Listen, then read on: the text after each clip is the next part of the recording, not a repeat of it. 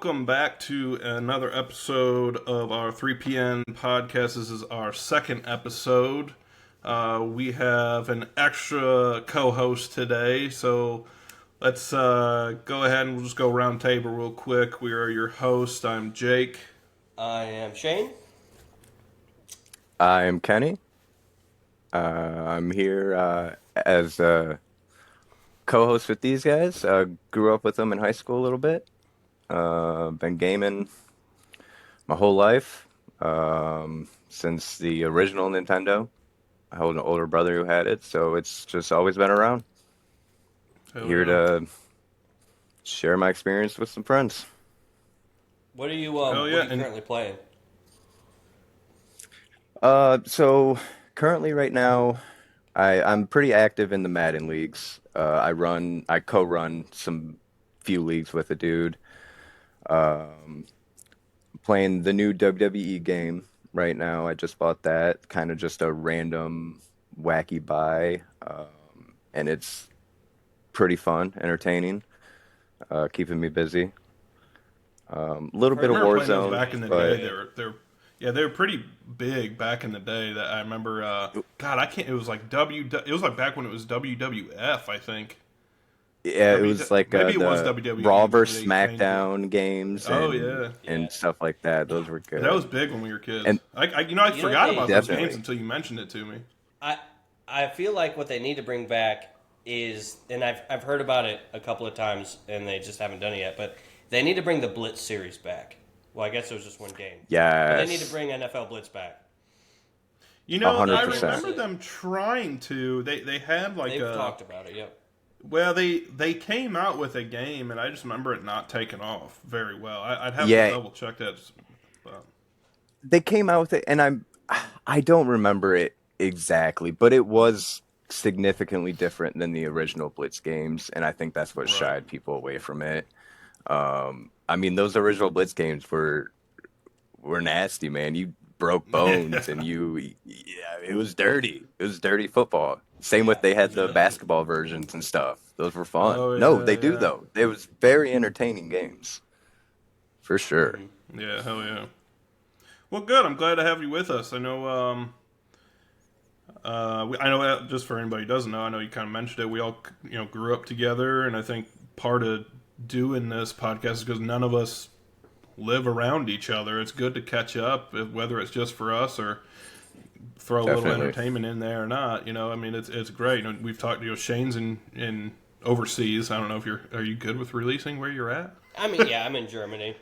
He's in It's just not Germany, good to right? release like where I'm going and when I'm going there, but it Listen, is I public barely knowledge know that I'm the here in Germany. geography of the United States. I'm not about to be like, oh yeah, you're in fucking. I think Berlin's the only. What do you I know? don't know. Well, Yeah, yeah. All right, so I know. Ken, you kind of already mentioned what you're playing this week. Shane, what have you been up to this week? You playing any games? Have time to play any games or watch anything? yeah, so I just downloaded the new Dragon's Dogma 2. I was going to ask you about that. So I am completely unfamiliar with this game series, but it's been getting a lot of traction lately. Can you give me Yeah. I guess a rundown on what the hell that even is? So essentially, in the first game, you play this. Well, let's backtrack. Um, there's like this dragon, right? Or I think there might be some dragons. I never actually beat the first game. I just got maybe like a quarter of the way through it. And it's an older game, and I got into it way after its heyday. So it was old to the point where it was really entertaining because it hits all those like fantasy marks and RPG marks that I like in a video game. But because it was older and clunkier, it was really hard for me to really get into. Yeah. The premise of the first game is this dragon comes down and like eats your heart, which turns you into what's called an arisen, and your like whole purpose for existing from that point on is to either kill the dragon and get your heart back, or the dragon kills you. And I talked to some dudes. Essentially, like the game ends with you killing the dragon and you like becoming whole again. And this new game starts off right where that game ends. But it's a little weird. Like I said, I never beat the first one, so there's some things that didn't fully line up. Essentially, because you're the Arisen, they made you the king. And you find out very, very early on in the game, because like when you start, you have visions of like being a king and of other stuff. But other than that, it's like you don't have any memory of what's happened. And you start out as like this prisoner with a bunch of what do they call them? They're like these NPCs that you can just summon. I'm kicking myself right now because I can't remember what they're called. I'll remember it in a minute. Well, how is the actual gameplay? Is it smooth? I mean, it's I've good. been reading It's got a little bit of the clunkiness of the first one, but it's something that I've noticed from a lot of like high-speed fantasy games, right? Where your character kind of moves a little bit faster than maybe you're able to control, or like some of your abilities zips you around a little bit faster than like you're really used to. So there's definitely like a skill curve, and I think if it hasn't been known or been made known by now, I suck at video games to begin with. So it's an even higher skill curve for me. But I did hear that there was some, when it dropped, there was some frame rate issues, and I just saw a little clip. I don't know if it was IGN or something, and they basically said that to fix that, players were going on NPC, like killing rampages and just slaughtering a bunch of NPCs so that the frame rate was better. So like, yeah, I guess because it's not populating all these NPCs, it like fixed it. I don't know. I haven't really had any frame rate issues on the Xbox. Now, granted, this game is designed for the Xbox. Unlike a lot of modern games that are made for PC and then they make a port for the consoles, this game was made for Xbox and they made a port for the PC. So the coin is kind of flipped with this game, where the console players aren't having really a whole lot of issues, whereas the PC dudes are just not having a good time. Because it's like real buggy for them. And it Well, really good. It's time for them. Yeah, exactly. Screw those guys. All right, like, Kenny, were you playing anything besides what you mentioned already? WWE and you said some Madden. Some Madden, yeah. Other than that, with work lately, I haven't been able to get into much. My fiance and I have been playing. Have you heard of those Overcooked games? I have. Sounds yeah, familiar. Oh my God. They are addicting. They are fun. Like to play with your significant other, definitely. Or, I mean, I could imagine playing with you can play 1 to 4 players. Don't play one person. It's almost impossible and not fun. But man, you're arguing. You're these little characters doing food orders. You have wacky maps, things getting in your way. You got to complete orders, and it's fun, man. It's entertaining. That's fun. So me and my wife have been looking for something like that. Like we have was it the Nintendo Switch or whatever the hell it is with, and we play like Mario Kart. And definitely. Nintendo's actually trying to come up with a new one, a new Switch or a new like a new system. Yeah, because I didn't hear that. Xbox and PlayStation are like really surpassing them. So Nintendo's like, come up with something. Yeah. So well, all they did, the they Switch came won't out be with the dead in a Switch couple years Lite. here. Yeah. Well, that I was like just the like, Switch. that's like I have that. one. I have one too. I just don't play it, to be honest. I don't. Yeah, I do enjoy it. I just don't play it as often. Yeah. The games on the get Switch you. that are fun are games that are only really fun with like people. So like Right. Smash Bros, Mario Kart, Party. Mario Party, all of those kinds I of did games. hear like all those Zelda games were pretty good. It got really good Yeah. ratings, and I tried to play the first one. And just I don't know. I'm just not like a Nintendo fan. I tried to get into and just couldn't. But Yeah, and Yeah. like all the Pokemon games, or at least all the new ones, are on the Switch. But from what Pokemon's a huge, it's got a huge fan base, whatever your opinion of it is. But the last couple got like terrible reviews. They're like, this is the Nintendo's version of Call of Duty, where they're just like remaking the same game but worse every year. It was, and I honestly, so we have a few of them, and they're not. They're not. Even when they first came out, like you had Pokemon Sword and Shield come out. That's And the last one I think I got. No, I got the one where and- it sends you back in time. Whatever that one was. I played 2 Our seconds of it. yeah, okay. That one came after that one, I believe, the next one. Yeah. But the Sword and Shield were literally the exact same game, except for I believe at the end you fight a different boss or something like that. I believe like that was the only Well, I mean, difference to the game. that's how the old ones So are. Like red and blue were exactly the same. basically, and it is like a Nintendo version of Call of Duty almost because it is a Hmm. copy and paste. It gets Yeah, kind they just of released the same it's a game, slap in the just Money, face money, for money. remade 70 over. bucks, man. Yep. Yeah, Yeah, Yeah. right. for sure. It sounds like some It of these absolutely companies is. are starting to realize that, though. Like, the gamers are. We've Oh yeah. always, especially with Call of Duty, for the last 10, 15 years, we've been like, hey, you guys just keep rehashing the same shit. We're getting a little annoyed. But people are actually, like, Right. not buying games now. And Well, once they're they start definitely realizing noticing that that if you've company. Yeah. well, And if you've so looked at these all the companies, now layoffs that they're lately, starting to lose money Microsoft, over it. yeah, that everyone's been having these huge layoffs. Microsoft, Sony, you have all these, even like the individual game studios are having like massive layoffs, and it really, I mean, from what I've heard in the news or read in the news anyway, a lot of it revolves around that Helldivers. They made a gigantic AAA game for not a lot of money. And Hmm. now all these people are realizing, like, oh shit, well, this is what the players want. This is what Yeah. the It, consumer it, wants, and we it don't have to doesn't have all this take Mm-hmm. advertising. It does not Mm-hmm. take a large budget. It doesn't take a large studio. It doesn't take a lot of anything to make a good game. What it takes is a developer and or a team of developers that are very passionate about something and skilled and know what the customer wants. That's all it Yeah. takes. Like you don't need these Oh, massive for sure. teams working 12 hours, 7 days a week, working Well, themselves those to the people aren't bone to come up with listening this like Yeah. to the customers yeah, either.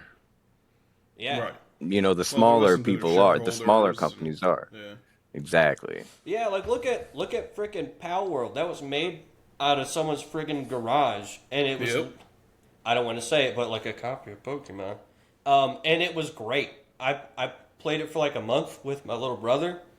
And the only reason we don't still play it a lot is A, our schedules don't match up enough, and when they do, we get other people on that don't necessarily want to play that game, so we just don't have the opportunity as often as we'd like. But like, if I still had a crew of people Right. that wanted to play Power World, I'd be on it.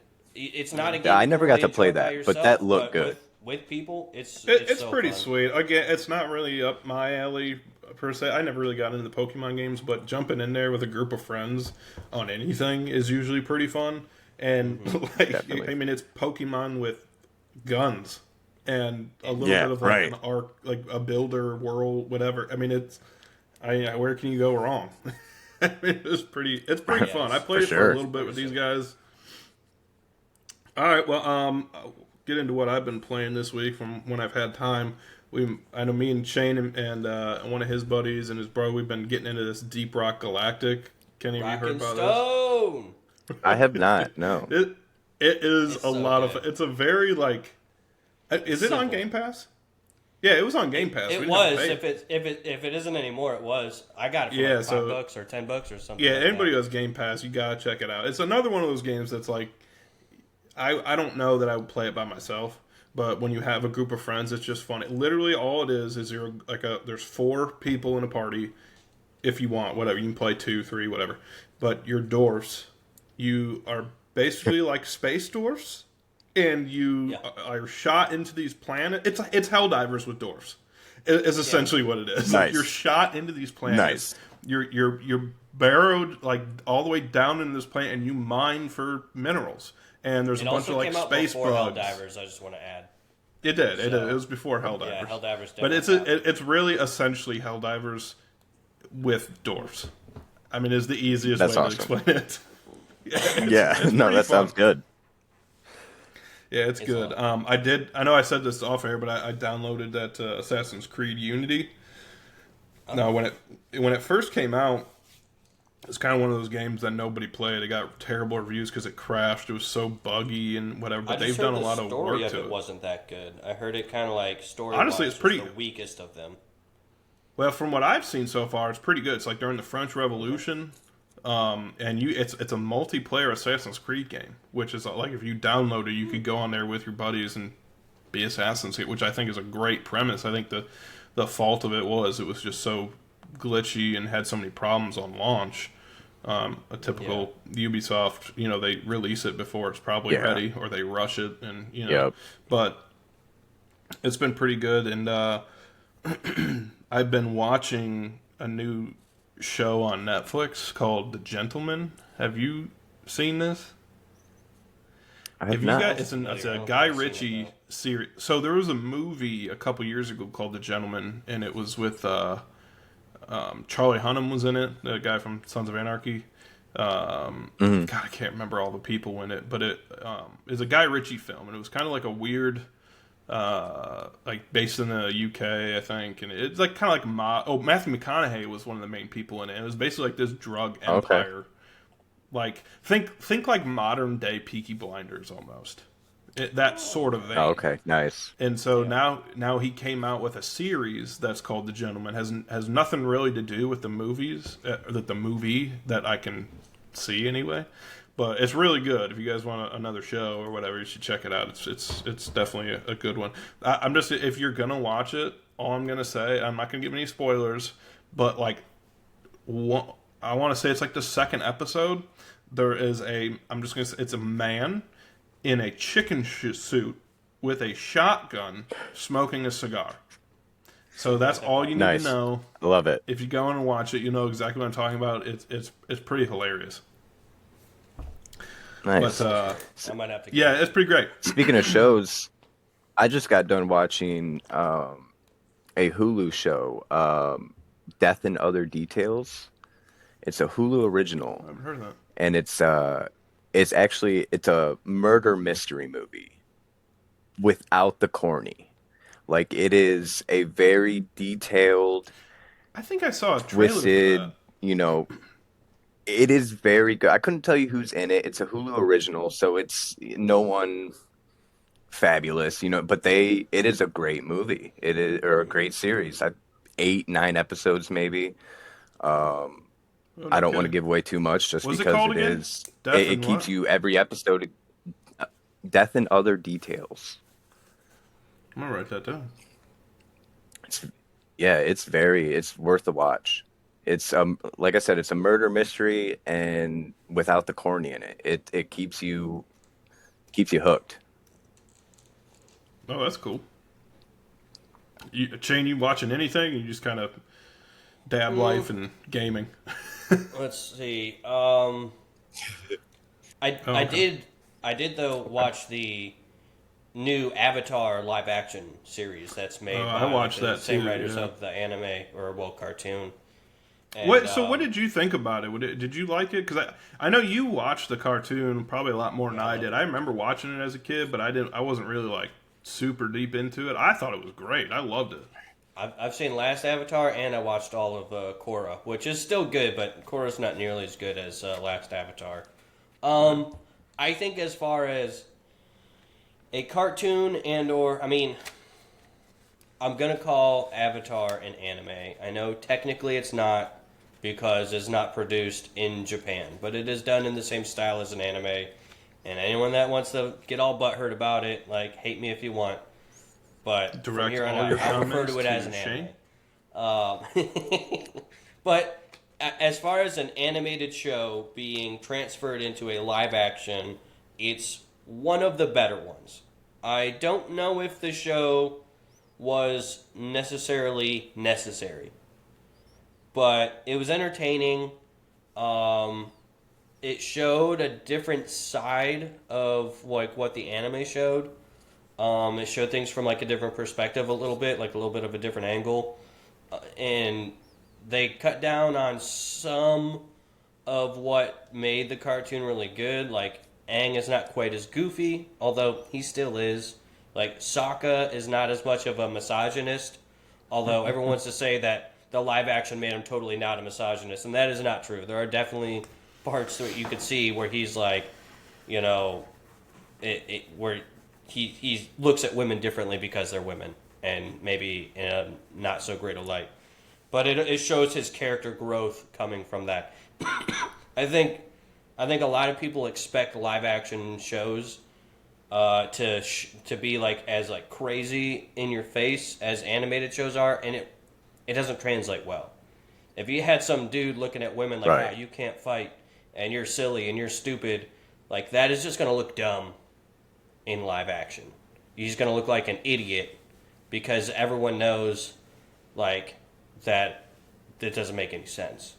But so you see that a little bit with crap. What's his name? Zuko. Like it shows why he is the way he is much earlier than the anime does. And the anime is like almost that whole, at least half of the first season, if not like 3/4 of the first season. All you know that he's just some angry little kid that wants to hunt down the Empire for his dad because he got banished. But it really shows like how his father mistreated him, and basically, crap. I always forget. What's the term where you tell somebody something until they believe it? Convince? No. Well, there's like the new age. No, I know what you're talking about. I can't think of it. Anyways, it basically shows how like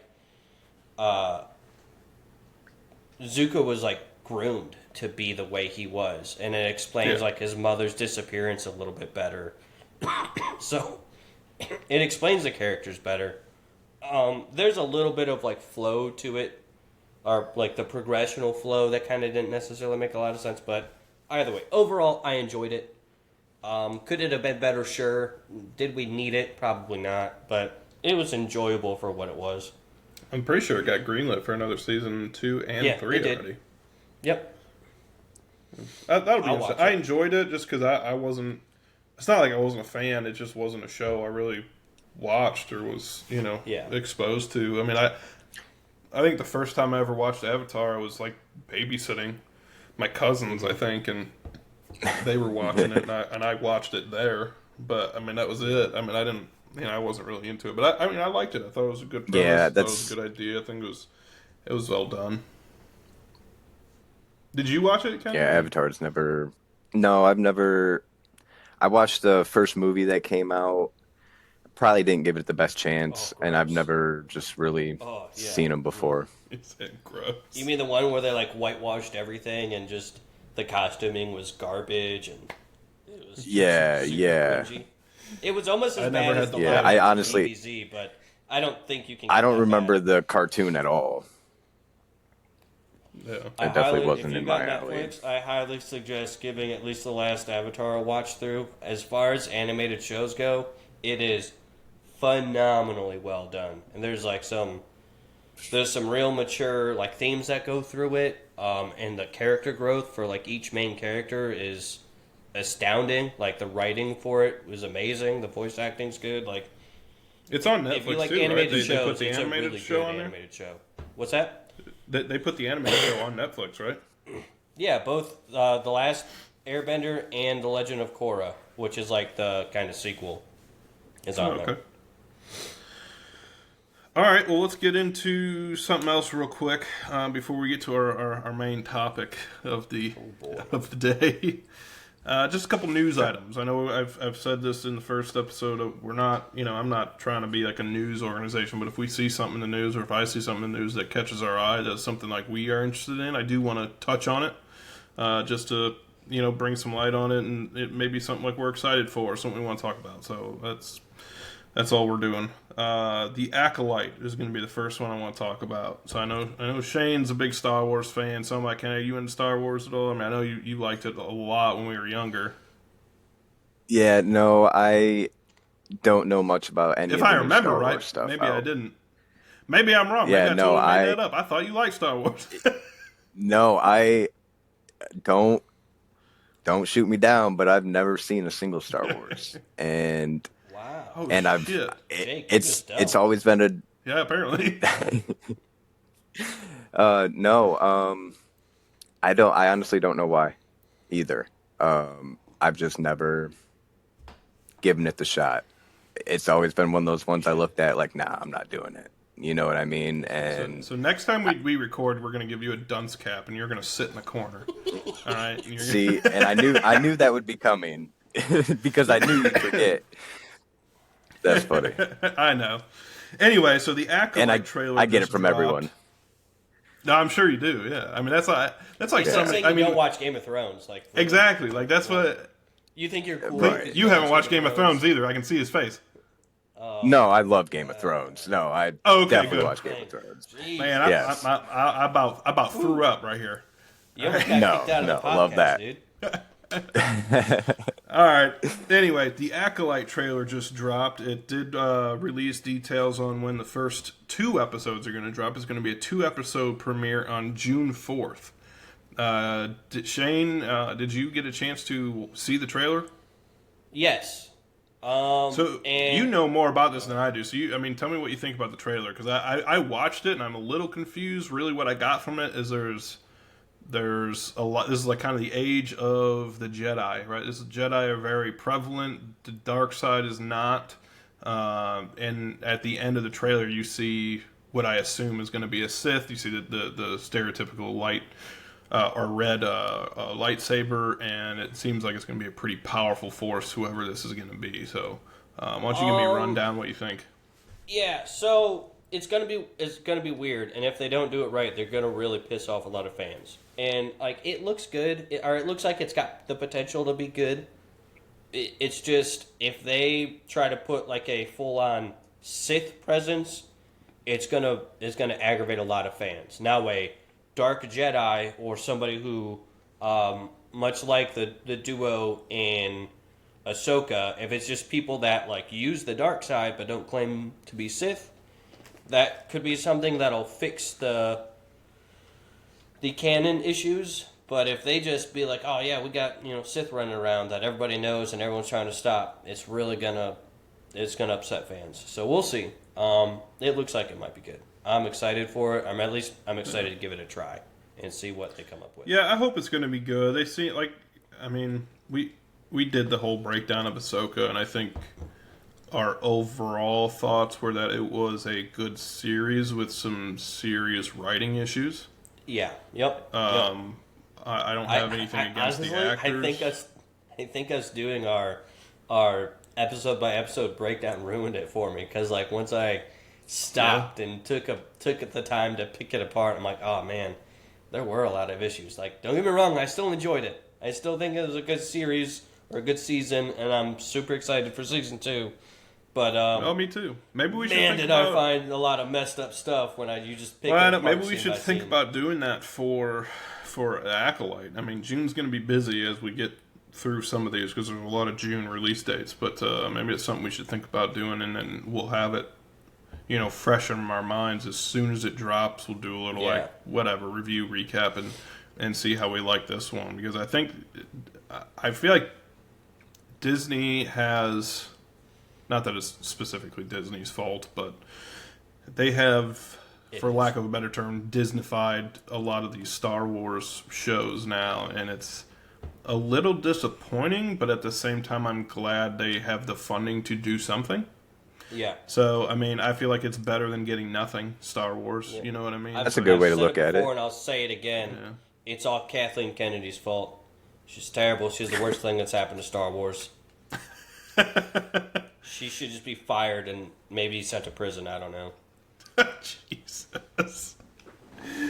Yeah, I don't know. I think we'll give it a chance, right? We like Star Wars, so I don't know. I hope for good things. But June 4th, 2-episode premiere. That'll be good. We're looking forward to that. All right, the next one I had was Game of Thrones, House of the Dragon Season 2. The trailers just dropped. They had multiple trailers for the Team Green and Team Black. It is going to air on June 16th. So June's going to be a busy month, and I am super excited for this. I love the first season of House of the Dragon. It was, after watching the whole entirety of the Game of Thrones, I think it pissed off a lot of fans. Season 8 was dog shit. Yeah. They could have gone for at least 10 seasons. That's a whole episode in itself that we could talk about, the issues with Game of Thrones. But I love Game of Thrones. I read most of the books. I didn't read all of them. I think I read the first 3. I've watched every season of Game of Thrones probably at least 5 times. But after the disappointment of... it's bad. It's a problem. It's kind of like something you argue with me. I watched that like 8 times each one. I've seen that a few times, yeah. 3 or 4. God, yeah, That's a good one. Yeah. I liked Sons of Anarchy, but I could never finish it. I don't know what point I sort of Well, you're get wrong. uninterested, but at a certain A point, I'm hundred just like, percent man, wrong. Yeah, it's it's probably they just the make the same single mistakes best over and over, and series. slowly people die off. Listen, Linda. Oh, There couldn't be a better series involving motorcycles. Like oh my nothing God! It else is could the draw best me in. series of all time. I'm I don't sorry. think there is another series involving motorcycles. So, Well, I mean, the That's Mayans because was it's the kind of, best. well, the Mayans is just a spin-off of Sons of Anarchy, which, yeah. from what I've heard, the I Mayans couldn't did do all not of do well. that. I couldn't watch Mayans either. But Mm-mm. anyway, I Game of wanted to Thrones. give it a second chance, but Game of Thrones. It was. I loved the first season of House of the Dragon. I thought it was Yeah, really it was great. good. It's kind of getting back to what Game of Thrones is supposed to be. Not giving us a bunch of bullshit. The graphics were great, or I say graphics. The special effects were amazing. yeah. Anybody who's paid attention in the books or the show, there is going to be some big spoilers, I think, coming out this next season. So Yeah. I don't know. I don't know how in depth, Kenny, you are with that, but like I already know kind of who's gonna live and die and all that because of some Oh, of the okay. spoils that were. Yeah, if you watch Game of Thrones pretty carefully, they do talk about the histories here and Yeah. there in certain scenes, and they basically give it away about what's going to happen. So I'm really that doesn't deter me from the show getting spoilers. I think that's kind of just part of it. I think that's fun. Some people get really For hurt sure. over that. I don't know why, but I'm really excited to see Yeah. how they do it. I'm just really excited that House of the Dragon really got back to the roots of Game of Thrones in that they really like to keep it in the family, relationship wise. I really found that. Yes, they do. entertaining. It was real great. Yeah. Yeah, You- so I bet when you you would come like back to that. the States, you're moving to Alabama, right? Florida, but it's like Alabama adjacent, up in the panhandle of Florida. A little less redneck, but that's about it. Yeah. No, I think So- where I'm at is like the that's funny. redneck portion of Florida. I'm not sure. Oh, 100%. It's the panhandle. It might as well be Alabama. Anyway. All right, the next thing on the list is I threw this in here more for me. I don't know if you guys were a fan of these movies, but it's kind of like one of those cult classics, at least for me. Boondock Saints. They are coming out. Yeah. It's been confirmed with another movie with the same actors, Norman Reedus and Sean Patrick Flannery. It's wow. been just announced that it's just in the works. There's not really any more details than that from what I've seen, but super excited for that. In one of the comments, I don't care if it's dog water. I'm gonna watch it anyways and enjoy it. I'm so excited. It could be the biggest floppy turd of a movie ever, and I'm still gonna enjoy it. Yeah. I honestly don't remember much from them. Jake, I remember watching them with you because you were always a fan of them. And I Oh, watched yeah, I both love of them those with you movies. before. I remember Yep. enjoying them. I don't remember much about them, but it's cool that they're definitely making a third one. That's awesome. Yeah, I'm excited. So I actually got to meet. I met Norman Reedus, Sean Patrick Flannery, and Oh, you met both of them? yeah, and I met who's the guy who plays Rocco The or dad? whatever in the first one. I Oh, can't you met remember his Rocco? name. Yeah, so I we don't went. know what the actor's name is. Yeah, I can't remember his name either. But me and a buddy went to a Comic-Con thing and got to get pictures with them, meet them. It was really cool. Oh, that's sick. So yeah, I'm excited awesome. for that. So now getting into a little bit of Shane's realm or his world of the D&D world, I have two things actually. So let's start with the All right. disappointing one first. Larian Studios, creators of Baldur's Gate 3, a game that I think we definitely love and have put several hours in. And still not made it past the chapter 1 or whatever. chapter 1, I think we didn't make that. But they did announce, I think it was last week. It's either last week or the week prior. They will not be making any DLC, any expansions, and will not be making a Baldur's Gate 4. They want I've to heard that. move on to bigger and better things, I guess. Now, that does not mean there won't be a Baldur's Gate 4. There could be another studio to pick that up. But at least why I wanted to talk about this, because I think it's disappointing. Coming from a game and a studio who put a lot of work into probably one of the best games of the year, It's very disappointing to hear that from a studio. However, whatever they go on next, I'm sure will be great. But I don't know. Kind of want to get your opinions on that. I mean, at least Baldur's Gate moving forward. What do you expect now? So I saw that too. I don't know what this second little bomb you have is. I think before we started recording, you said you had D&D stuff, and I didn't hear anything. But I did actually hear that. I think that's taken a little bit out of context. Now, I do believe they don't plan on making DLC for Baldur's Gate. It is, astonishingly for our time, a complete game. Yeah. You have everything that you need to do. There's really not a whole... Unless they throw in some, like, weird wackadoo side quests, which wouldn't make sense. Like, it's a complete story. It's a compelling story with a lot of twists and turns. Like, on one of my characters... I haven't beat the game all the way, but I've gotten to the third act, which is the final act, and I'm like maybe like a quarter way through the final act. There's a lot of twists and turns in that game. It's a very complex storyline that you're playing out that can branch off into several different directions. I think they said there's over 100 different types of endings that you can get in that game, depending on even some of the more minute choices that you make. So, like... Wow. I get it. It's too much of a game to create DLC for, because how are you going to weave some like one-off quest into the complexity of that game? Because every little quest means something to it. As far as they're not going to make another Baldur's Gate, they said that with the last Baldur's Gate. Now, did it take them like 20 years to make a new Baldur's Gate? Well, no, I guess Sure. what they mean is that studio will not be making a Baldur's Gate 4. And That's maybe the not. disappointment.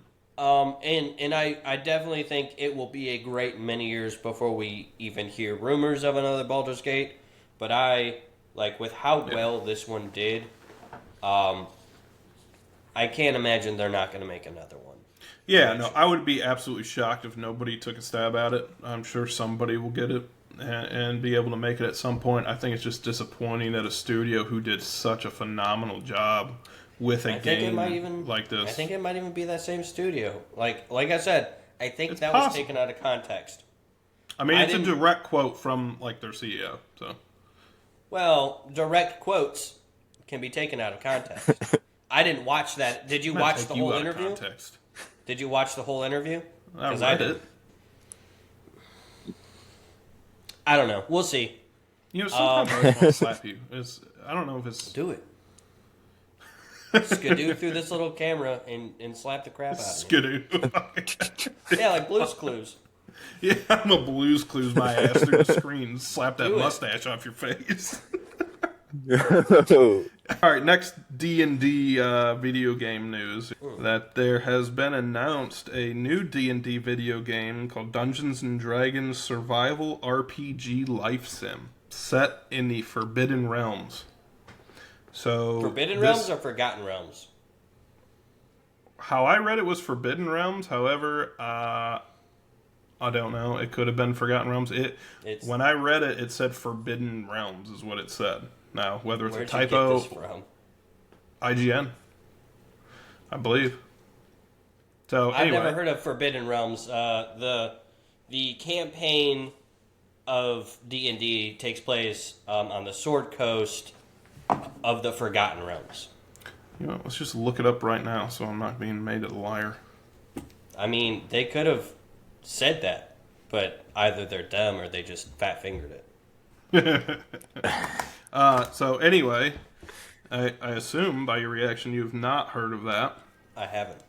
So I should have written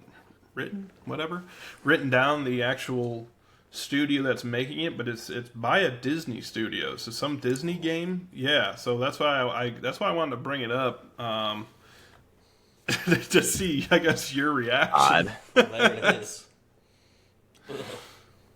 Please no. Disney's already taken so much from us. Let me. They're look just gonna up. keep doing it. Here we go. I looked it up on my phone right now. It's a Dungeons and Dragons survival RPG life sim in the works at Disney Dreamlight Valley developer. Yeah, it's apparently I'm not familiar with the game Disney Dreamlight Valley, but it's Gameloft Montreal is what the studio's called, is working on the new Dungeons and Dragons game set in the Forgotten Realms. You're right, I fucked that up. Forgotten Realms. It's described as a unique and innovative experience blending survival, action RPG, and life simulation that will test players' skills in an unforgiving campaign set in the D&D universe. Man. So it looks like everyone, including these game studios, are jumping on the D&D bandwagon lately.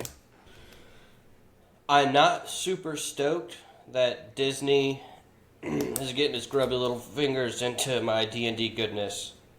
I'm also not a huge fan of most survival games. I don't like having to worry about feeding myself and pooping and wondering how hot or cold I am and all of that crap. If I want to play a fantasy game, I just want to go in there with some cool, crazy character and some cool, crazy abilities and do cool, crazy fantasy stuff. Yeah. So... Fair enough. The way they're describing the game makes me feel cautious. The fact that Disney is heading it makes me feel extremely cautious. But I'm getting the game. But yeah, so I'm real worried about Disney having it. I'm real worried about the survival aspect of it because survival games seem to be like overly complicated for no reason to me. Like there's just too much resource management type stuff you got to worry about, and it makes games, to me, less fun. Maybe more immersive, but there's a reason I'm trying to escape reality. It's because I'm not trying to be in reality. So when I have to manage my temperature, bowel movements, and food consumption, it sort of defeats the purpose of not being a part of real life. I'm doing that right now. I don't want to do that in the game. But... I am super stoked for more D&D stuff because I am like D&D is a major passion of mine. So do you play like the real life D&D? Yeah. My stepson just got into it, and I don't know much about D&D, and I'm trying to listen to him and pick some things up, and it's been a little difficult for me for sure, just because I don't know much about it. We mostly the Catholics got it right. We mostly just get into a basement and summon Satan. That's really all it's about. That's what I'm hearing. So he goes up to the public library. Yeah, get your kids involved. They go up to the public library with some friends, and that's what he's been doing the last couple of weeks. And so that's what I'm hearing is all this demon stuff. And it sounds interesting, but it's something that I refused to get into as a kid because I didn't want to get made fun of more than I already was in high school. And then as an adult, I was just too, I don't know, for lack of a better term, scared to get into it. Because once again, with my job, I'm going to different places all the time. I didn't want to get ostracized from the small community I was a part of because I was a part of something that was looked down upon. But a couple assignments ago... I didn't have a whole lot of friends anyways. I was kind of in a funk, and I just, kept to myself. Let's risk the ones I got. It doesn't matter. Well, there wasn't any, fantasy RPG games, new fantasy RPG games that were scratching that itch. And there was just a couple of dudes and dudettes that were like, hey, we're playing this game called D&D. Do you want to join in? And at first... I reacted the same way that I was scared other people would react to, and I kind of was like, no, this shit's for nerds. You guys are dumb and stupid. It's silly and it's for children. But the next day, I was like, you know what? That was not a really good way to react. So I went up to them and I apologized. I was like, hey, I kind of do want to see what this is all about. Sorry for being a jerk. And they're like, yeah, no problem, no worries. Come on over. And I went and I played with them, and immediately it's everything that I enjoy about fantasy and RPG video games, but right in front of me and far more immersive. And I've been playing for 6-7 years now. Wow. No, that does sound fun though. Yeah, I'm excited to check it out. It'll be interesting, especially I don't mean my wife like doing stuff together. You know what I mean? Yeah. And she's not big into video games, but she loves board games, stuff like that. And Well, she so, likes fantasy. That's the thing. Yeah, she's with really she with likes D and D. fantasy You don't have stuff. to be into video games. You just have to be into fantasy because that's what it is. Yeah. It's a fantasy world with magics and elves and dragons and Yeah. and all sorts of other craziness. And you can literally create the creature and or being that you want to be. There's so many different races you can choose, so many different classes you can choose. You've got backgrounds, and most DMs, me being one of them, like encourage the players to like write a backstory. So you're actually creating this living, breathing person that is you, but the you that you want to be. Right. It's so much fun. That sounds cool. We'll get together. We'll set up some kind of schedule or whatever. We'll check it out. That'll be fun. All right, so let's move on to almost an hour in already. The main The main attraction. Yeah, the main attraction here that we wanted to talk about specifically because Kenny's here today. Now, full disclosure, as far as consoles go, like Shane, you're mainly Xbox. That's pretty much all you play. Yeah, Xbox and the Switch. Yeah, I mainly play Xbox. I always have been an Xbox player. I just prefer it. However, I do have a gaming PC. I have a PlayStation 4. I have a Nintendo Switch. I've kind of dabbled in just about everything you can. But I do prefer Xbox. Now, Kenny, you are, if I'm not mistaken, I don't want to speak for you, but you are a PlayStation player pretty exclusively, right? Yes. So I have Nerd. multiple systems. I have a PlayStation 5. I have an Oculus. I have a Nintendo Switch. Ooh. I have a PC, but I don't use it. I bought the Xbox Series S, and I gave it to my nephew about 2 months later. I just did not feel right with me. All right, So yeah, definitely boo PlayStation Kenny. exclusive. I'll take it. I'll be the odd man out. But it's nothing.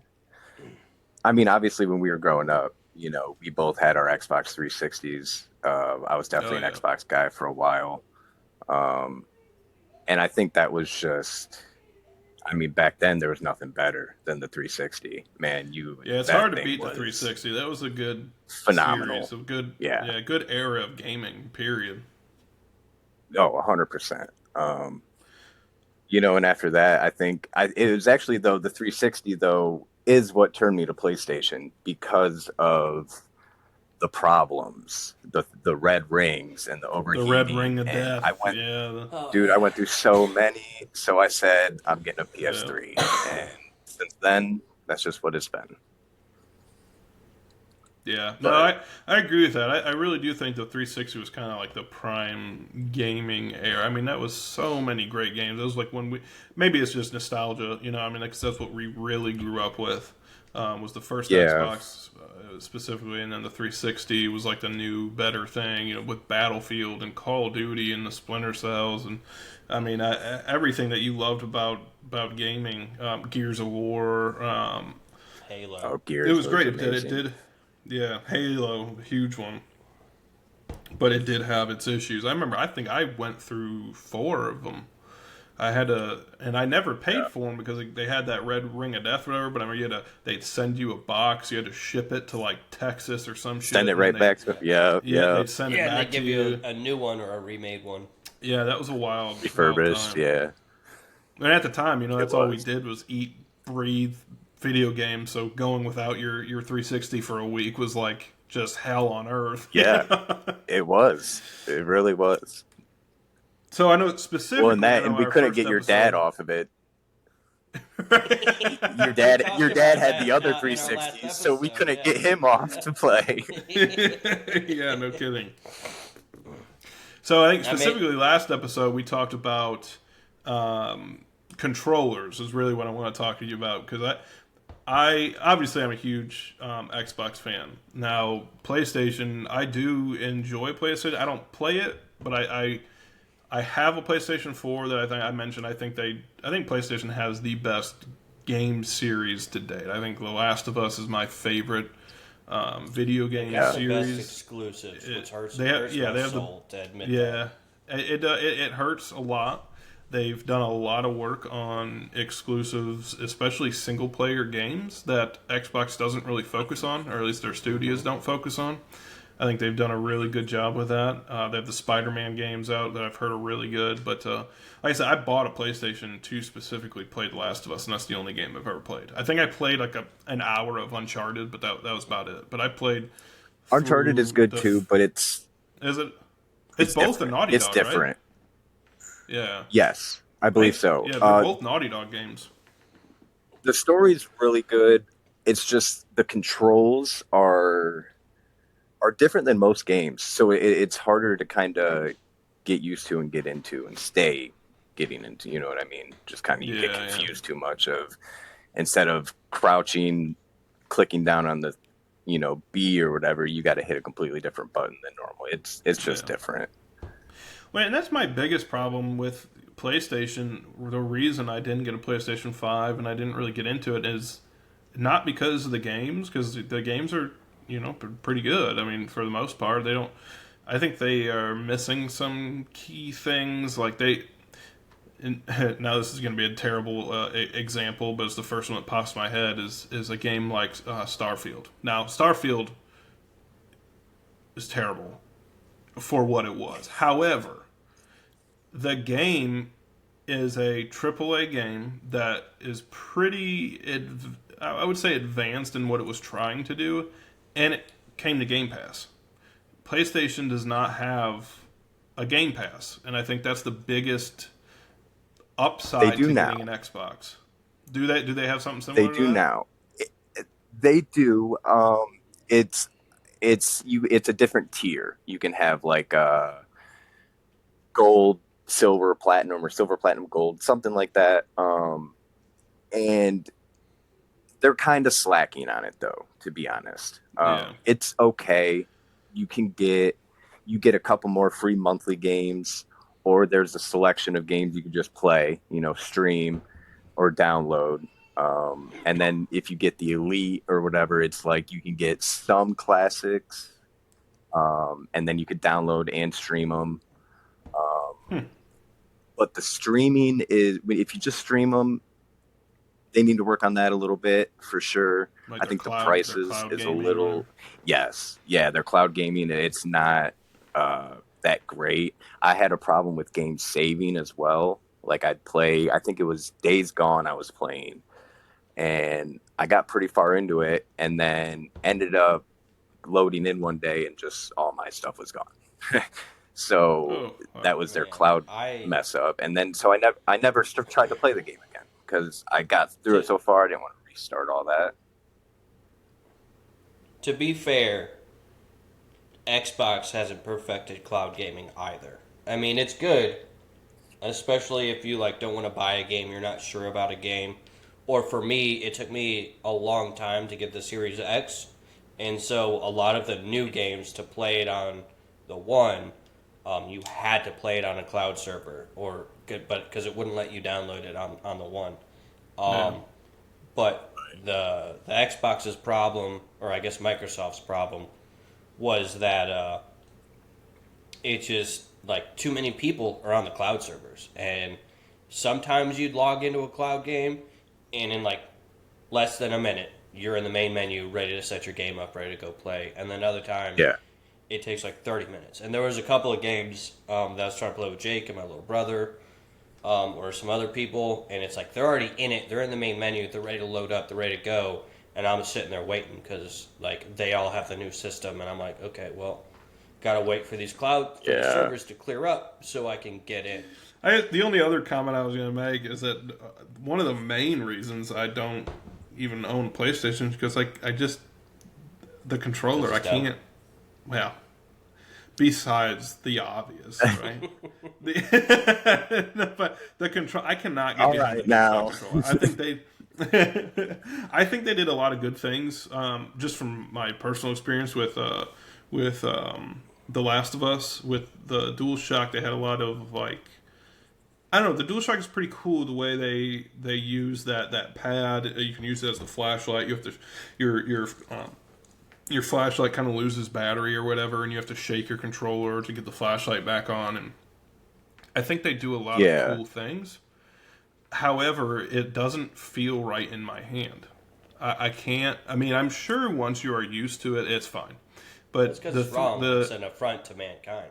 Yeah, but like the new controller that I have, I wish I had one right here because But when I'm playing a video game, I like to play a lot of shooters, right? I don't really play. I've been recently getting into like some RPGs and shit like that with Shane, but I usually been a Call of Duty Battlefield, like I'm a shooter, whatever. And when I'm holding a controller, I want that to feel like I'm shooting the gun, right?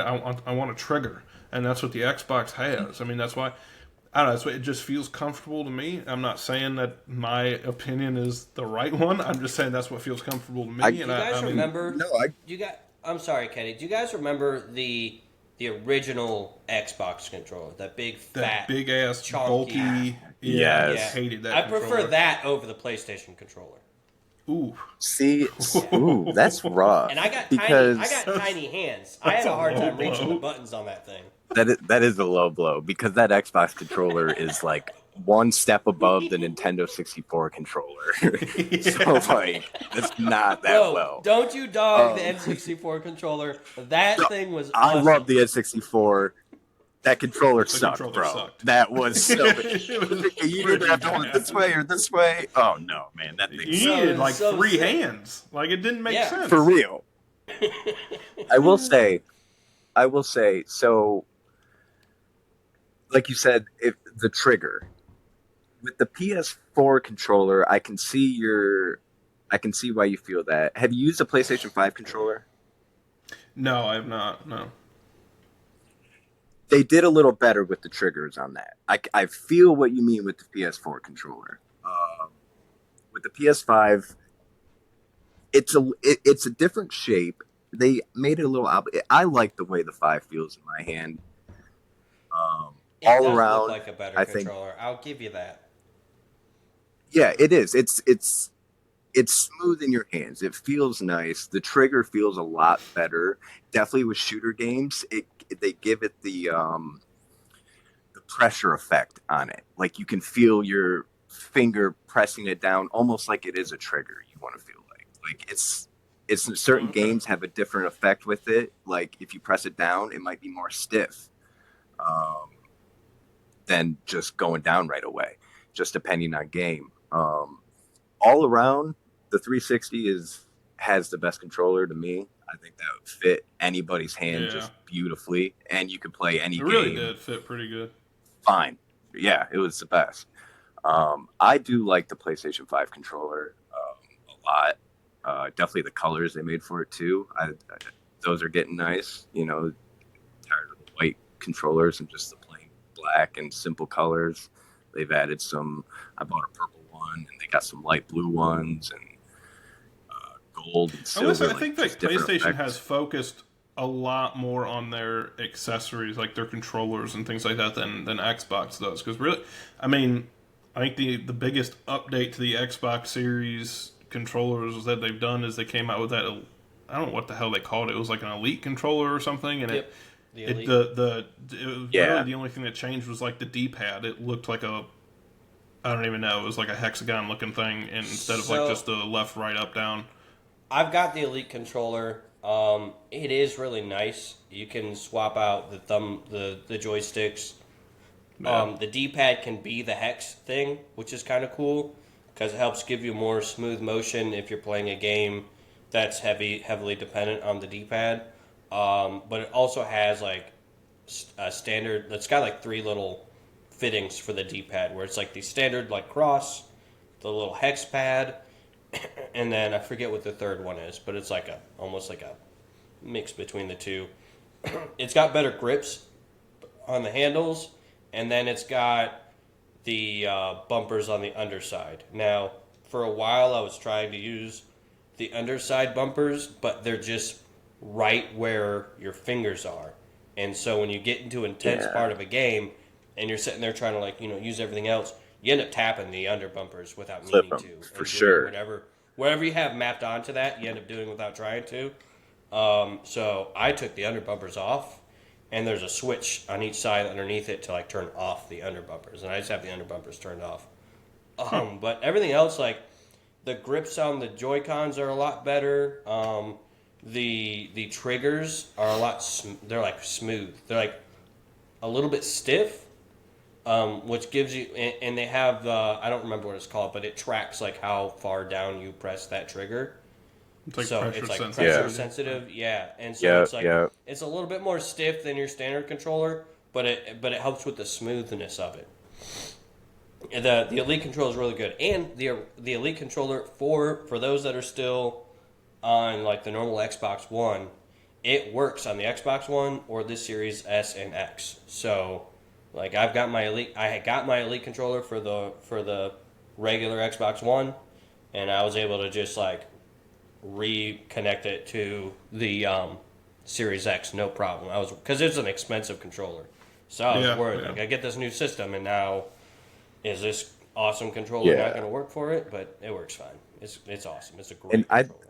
I heard PlayStation was supposed to be. I don't know if it's. I don't think it's out yet. They're supposed to make like a DualShock Pro, a second type of controller for the 5 as well. Like okay, probably cost a little more. It's same like that, probably $100 some bucks. I have not seen anything lately about it. I know I haven't seen it for sale yet. Not sure if or when that's supposed to come out, or what they're planning to do different with the controller. But it is nice. Well, I know we don't have a representative of the PC, so I guess I wish Raider would have joined us, but I know he'll tell all of us that the PC master race is above all, and consoles suck, and mouse and keyboard is the better, and whatever. Which that's fine. Okay, yeah, that's fine, and I think you do have a little more control maybe of your actions if you're used to that. But I really truly think whether you're on PlayStation or Xbox, I think playing video games for me, I want to be in the living room. I want to be, around my family and be able to like be socialize, whatever. I mean, we're all like newer dads. I think Kenny, you're probably the veteran of the fatherhood here. But I mean, that's how I like to game. Like, I don't like to be secluded in my room on the PC, whatever. I mean, when I'm like at home, right? My time is not devoted to video games. Right. I'll be in the middle of a game, and my wife might need something, or my kids might need something. Like generally, when I'm gaming, I got 1 ear off, so I can hear what's going around. I was just about to exactly. So like, I do the same thing.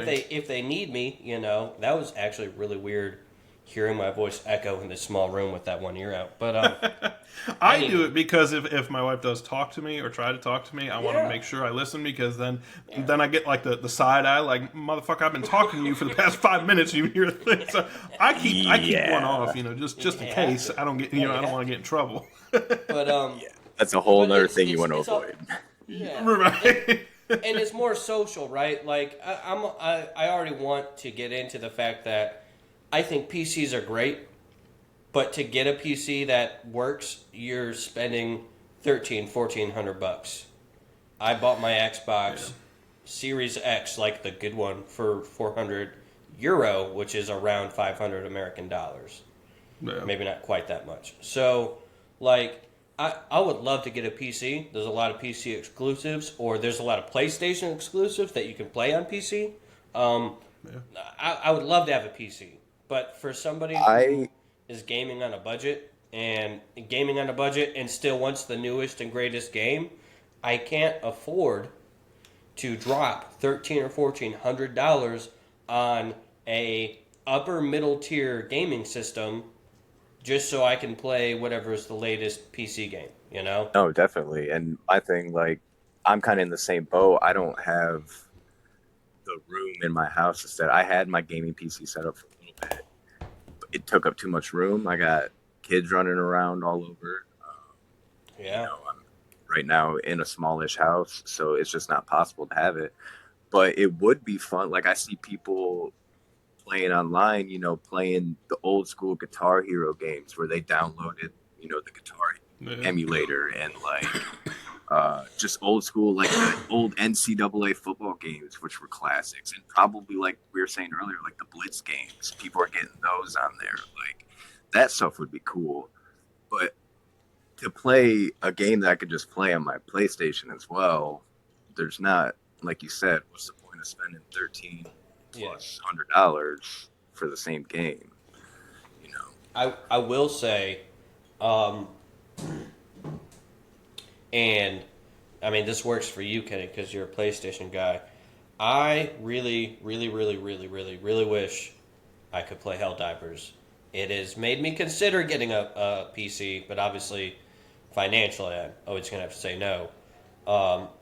But man, I want to get into that game. Just the concept of it, like the core concept, not the lore concept, which is funny, but the core concept of it being a game that is being played in real time across the world, that is constantly adapting and changing depending on what the players do across the world. Like that just the concept of that blows my mind. I don't know if there's ever really been something that plays the game out quite like that. I can't recall. Man, I anything want to play that's that kinda game like so bad.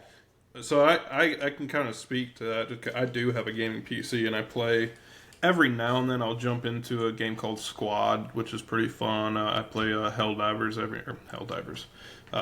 Loose every now and then. There's a couple things on here I have. Like I like military sim type thing. You know, I have Ready or Not is another one that's good on here. So I enjoy PC games. Now I didn't spend a ton of money on mine. You can get them for, I'm not going to say cheap, but relatively to what they used to be, they're relatively inexpensive. I think I put in maybe $1,300. Yeah. $1,200 to $1,300, which is not cheap, but from what they used to be, I think, and what you get out of that is pretty. It's pretty good. Now, so my situation's a little different, right? Now I use my computer for work a lot too, and I have a work laptop, but I leave that at work, so I do want to set up that I can do things on here. My wife, she works from home and she's on the computer, so she uses this too. So it made more sense financially for us to do this. Yeah, you guys have a business reason.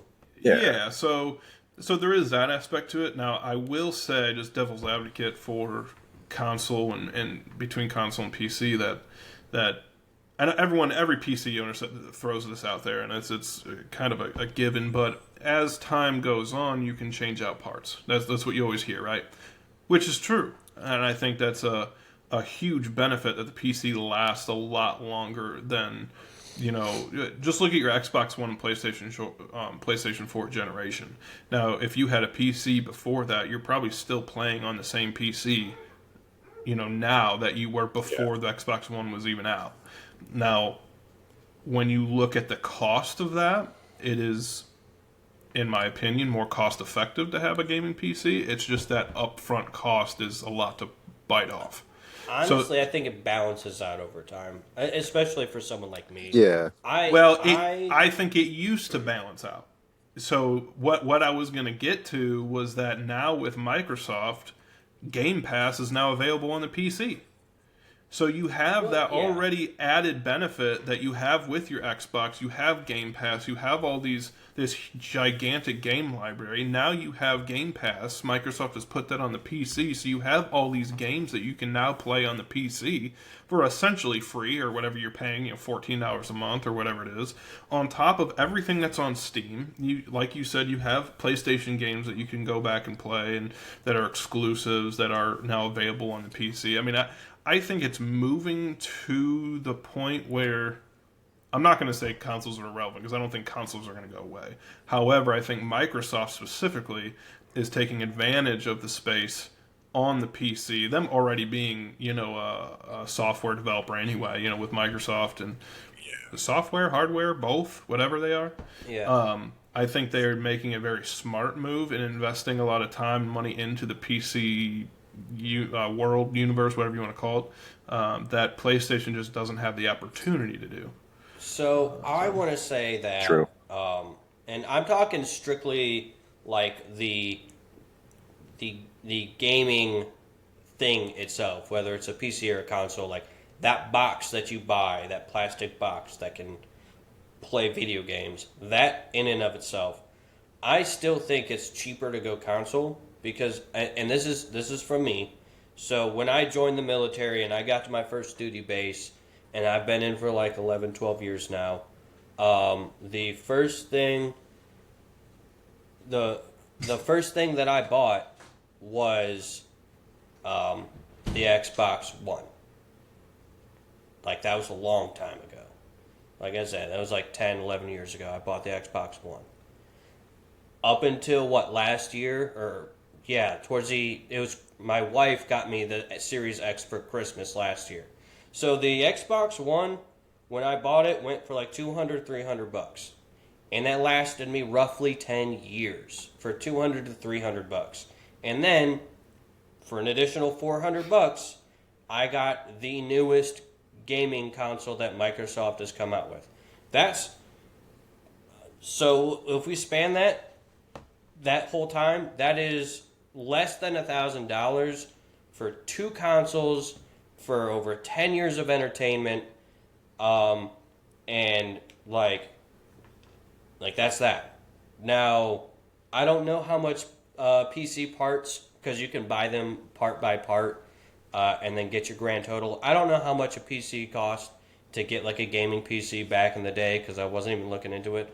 But I know that today you're looking at $1,200 to $1,400, and you're getting a mid to high tier system. You're spending almost $8,000 more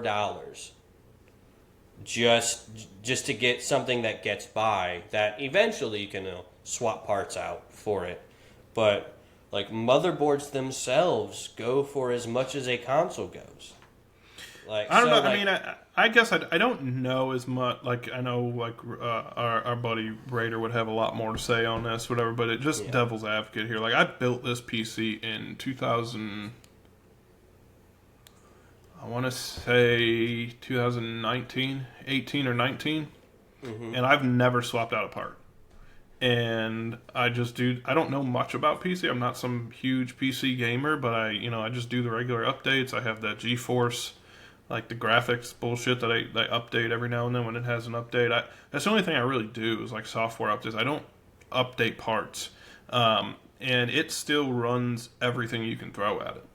And pretty well, you know what I mean? I have decent monitors too, which obviously help along the way with as far as graphics go. However, when you're talking about expensive consoles, I mean, you're looking at like the PlayStation 5 is, how much money right now. When it first came out, the Xbox Series X was like $600 or something. I mean, as consoles go up, I don't know that argument is going to be as valid as it once was. You know what I mean? Because prices just keep going up. Here's the thing, though, right? Everyone always wants to say, or like PC enthusiasts like to say that over time it's cheaper to get a PC because that upfront cost, right? Yeah. I'm a budget gamer. I might buy the newest game, but that is only if that newest game is something that I am just dying to get. Usually, when I buy video games, it's something that's been like it's out on Game Pass, or they got a discount running for it, so it's running for like half or even a quarter of the price it normally goes for. It's rare that I buy a brand new game unless it's Star Wars, high fantasy, or that's basically it. Those are really the only two kinds of games that I'll buy the newest one of. The new Xbox Series X is basically a PC as it is anyway. It has. Well, yeah, but I guess what I mean is like, back in the day, like when the 360 was out, I remember getting Battlefield. Was it Battlefield 3? Was like the big one that came out at the time, and a lot of people would brag about the PC game because you could get on there and the console supported like 30 players. Well, the PC, you could play up to like 100 players, and the maps were like 10 times the size and all that. Now you don't have as much as that anymore because of how advanced these consoles are, so it's closing that gap as well too. Yeah, I just think like if you've got the money to spend, then by all means get yourself a gaming PC, because your life will be better. No one's denying that. I don't think anyone's denying that. And you can even, like, if you prefer a controller, and I think you already said this, Jake, if you prefer a controller, most PCs and most modern games support using a controller on a PC. Helldivers does, which once again is a game that I really wish I prefer playing with the Xbox controller anyway on PC if it supports it. Now, like I said, I can do the mouse and keyboard. I just prefer controller. It feels better in your hand. I feel like you have better control for myself. Now, whether you actually have better control or not, I guess is up for debate. Back when the Series X first came out, it was going for like $600-700. You know, so if you are the type of gamer that is always going for the latest and greatest, regardless of cost, PC all the way. Like, more power to you.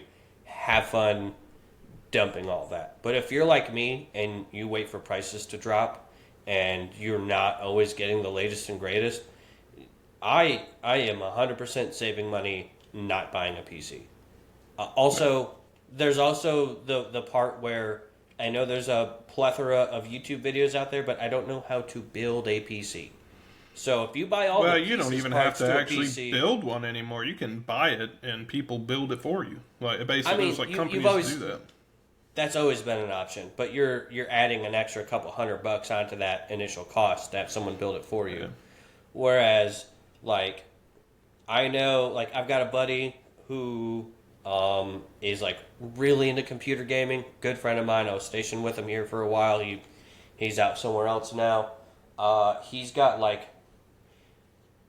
all of the latest and greatest as far as it comes to PC gaming, and he'll sit there. He's got like bots that will go into stores to buy like the best motherboards and stuff, because you can't actually get the best motherboard by yourself because there's only so many on the market at a time, and so many people nowadays are using bots to buy stuff, so you can't actually click on an item fast enough that it'll still be in the market. You have to use bots to buy all the newest stuff.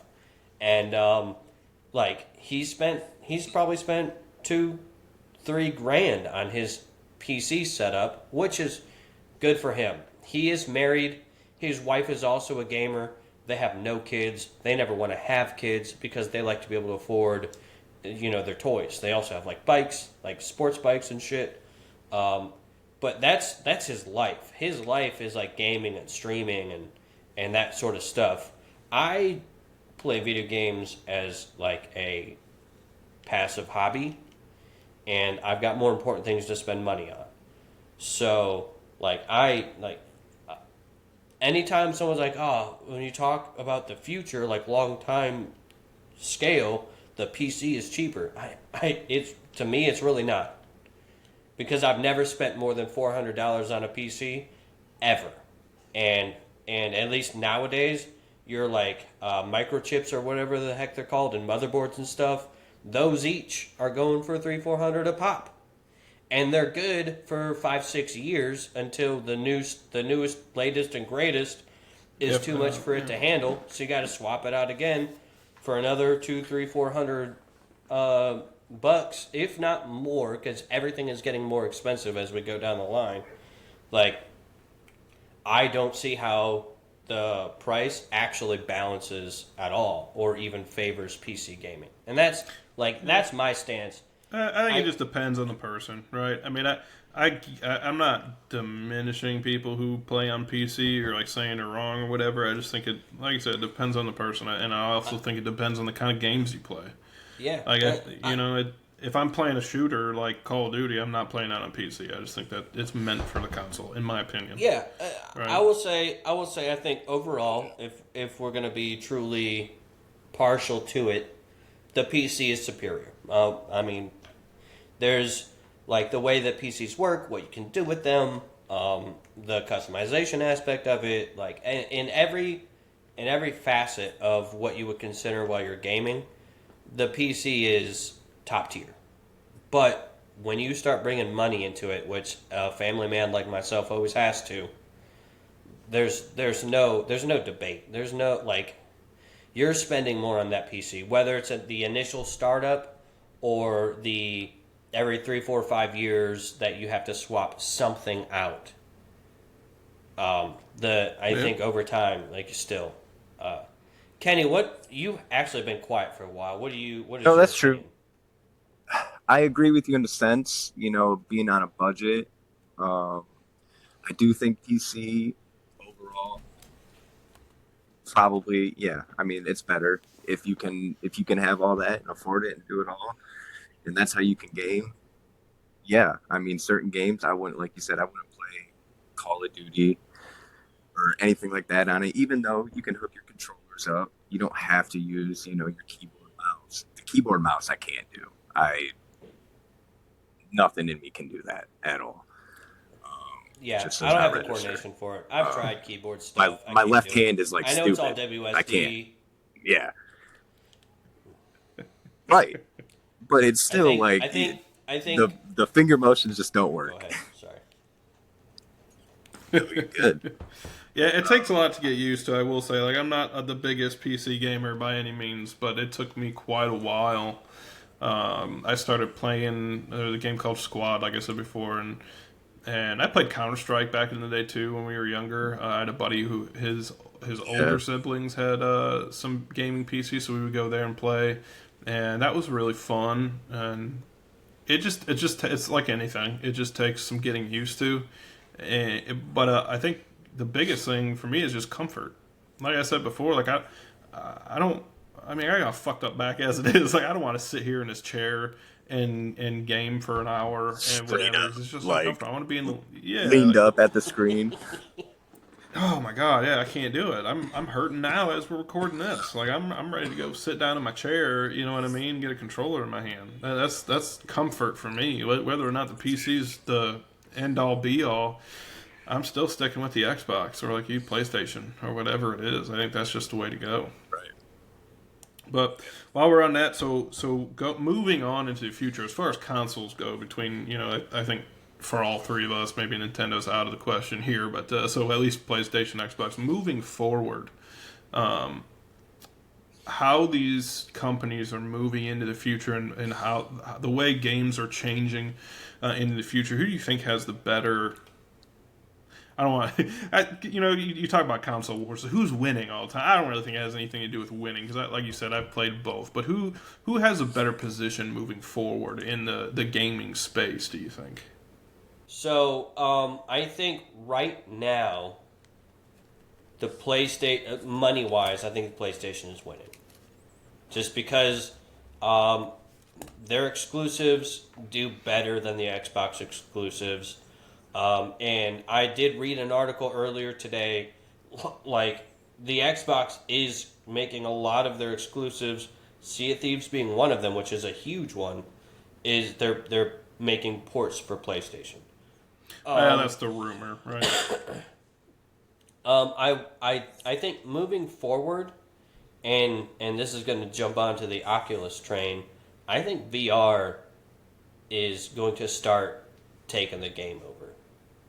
And unless if you would have asked me that a year ago, 2 years ago, I may have agreed with you. But as any PlayStation owner can attest to, it was a great idea, and it just is not the future, in my opinion. Yeah, not yet. I just don't think. I think 10 years down the road, maybe. Yeah, well, but the technology just isn't there yet. I think I think you're right. Right now, correct. But down the line, I know back when they were doing motion sensitive controllers, like you had the Wii. I don't remember what Xbox called its thing, but PlayStation did their thing as well. Yeah, like those were okay, and they didn't do well. The Wii did fantastic because it did what the mainstream consoles couldn't. But now you got like the Oculus. PlayStation has their version of the Oculus, which did not do well at all. And I don't know if the Oculus is Microsoft. Well, it's not anymore. It's Meta now, which is like Facebook. Or what's his name, Elon Musk or whatever. No, I think you're getting your millionaire. You're getting the rich guys mixed up. Whatever. Yeah, it's Zuckerberg. Zuckerberg bought the Quest, and now it's Meta. The Zuck. Yeah, he's Yeah, they it sucked. yeah, the Quest But is. I have a Quest. We've played it before. It's pretty cool. Yeah. It's just No, I love the Quest. I'm a little disappointed that the Quest didn't really take. Well, disappointed, but I understand why. That the Quest didn't even have a fucking seat in our console wars debate. It makes sense, but I think honestly, I think VR is like the future. 10, 20 years down the road, It yeah, may it's be. going to take a while. Long term, But probably. yeah, bro, if PlayStation and Microsoft can't figure out VR gaming, they're going to become obsolete. Because I'll tell you what, I hate Battle Royale games, but Jake, you and I have played Battle Royale games on the Quest, and it is some of a lot of the fun. best stuff I've ever done. It's so much fun. It's a little bit inconvenient because it's VR, and VR is a little more involved than like sitting your fat ass down on a couch with a controller in your hand. I think right now the PlayStation is winning.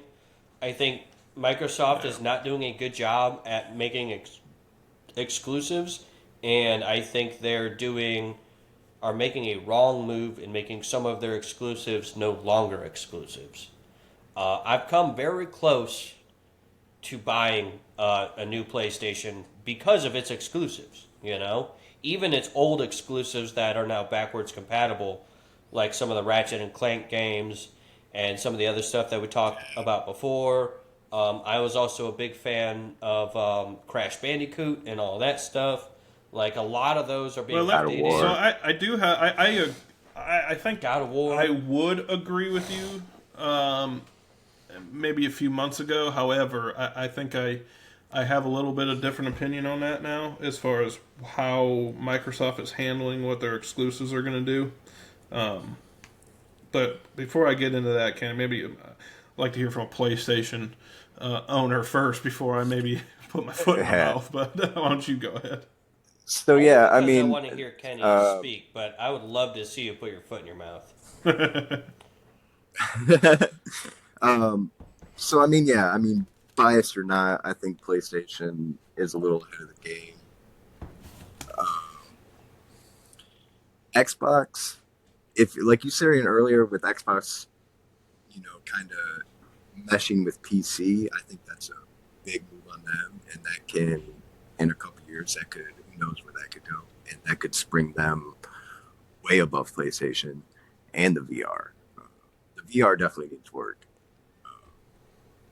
To all of them, I think. Yeah. Like the Oculus. They do have definitely the Quest 3 out PlayStations. now, though, which I've heard I had is the- really fucking crazy. Yeah, I haven't played that one. We have the second, the Quest 2, which is fun. I mean, That's it's what I have. good fun, but like you said too, it's a lot more. You're doing more. The first game I played was a boxing game, and by the time I was done, I was sweating my ass off. I was, so Yeah, no, it's sometimes it's Yeah, it's not definitely good for I didn't different beat like Slayer. exercise and. Um, Yeah. It is definitely a one of Oh, those yeah, things that definitely. it pulls people into a different realm of gaming, right? It's hard to explain without doing it, but I mean, you're working your ass off just sitting in your living room making a fool of yourself, really. I mean, it's fun. And I think really are. long term getting Yeah. more kids into stuff like that, it's if you're going to be playing video games anyway, which we all know they're going to, having something like that in the house, I think is very beneficial for a lot of children anyway. Just at least getting some kind of exercise. Whether or not they need to be playing video games, I guess, is up to each parent's discretion. I mean, they need to be outside Yeah, too. definitely. However, if you're going to have them playing something anyway, why not have them doing something off the couch and moving Active. around, jumping around? I mean, it beats the hell out of you just standing there with a headset on. For me, when I'm gaming, that's why I really like weigh in on the VR gaming, because that's it. Like, when I play video games, or when I read books, or when I watch movies, like, it's an escape. I'm not saying life is the worst thing in the world. It's not. Life is great. Life is awesome. But life is also hard and it's tough. And so the reason I'm into like these fantasy books and video games and all this other stuff, it's an escape. And when we're talking about VR, that is the ultimate escape. Like, you are no longer in your living room. Even if you, like, you can play VR sitting down. So even if you're sitting down and you got that headset on, you are no longer in this real life world. You're in whatever it is that you are playing on that VR. That's what you see in front of your face. You don't see a square with an image on it. You see a world around you. You are 100% completely immersed. It's the ultimate escape. I think it needs to be fine-tuned. I think there's a lot of work that needs to be done to make it more, I don't know, whatever. But that's why I think VR really is the future. And I think ultimately, if Nintendo, Xbox, and PlayStation don't get on board and really figure out how to crack the VR code, man, Zuck's got it.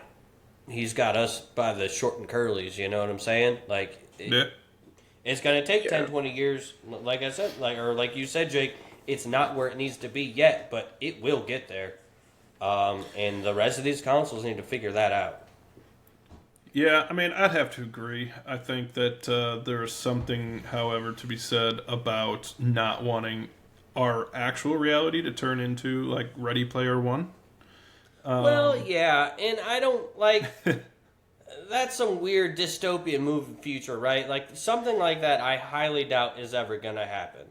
But for the few hours of the day that I get to escape, and the even smaller few hours that I get to escape, and my family doesn't need me, like, imagine playing Baldur's Gate, Jake, but imagine you are that character. You are physically walking through that world.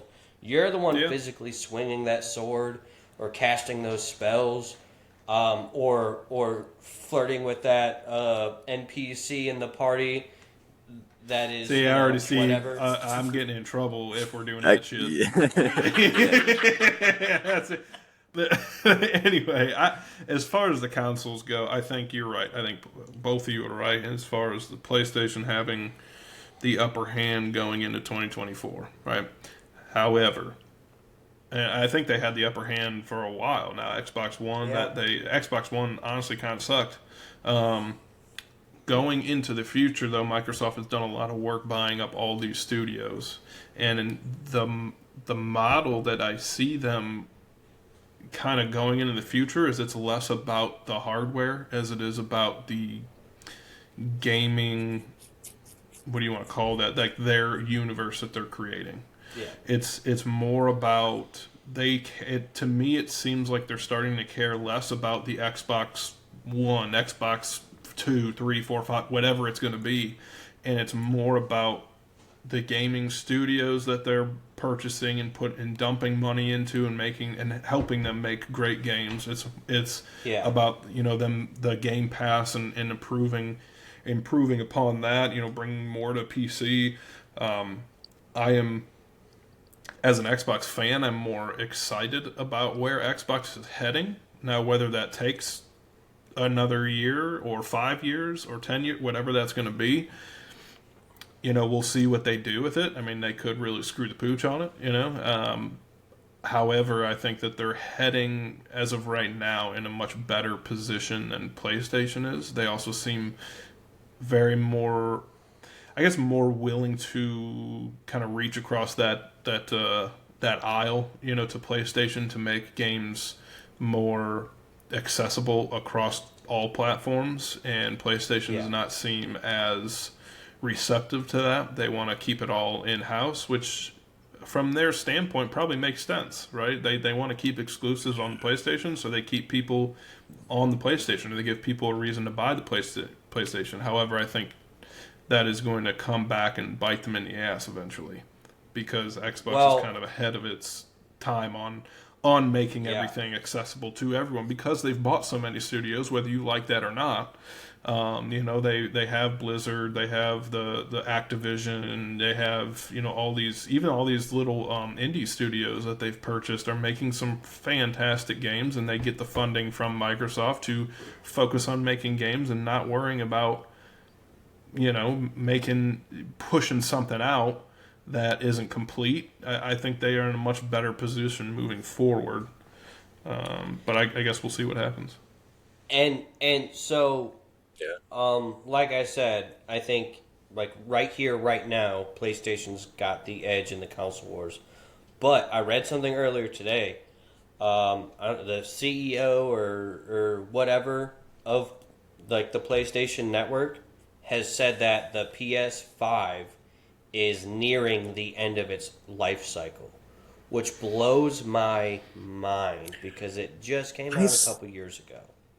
Thought I seen something That about that too, it and that yeah, threw me off. bro. If that's even close to reality, like yeah, PlayStation is winning right here, right now, but But they that's a are slap about in to the go down face. hard. Yeah, Yeah. well, you Well, had and the it four. came The out- four so lasted for if a they come long out- time. Yeah. Yeah.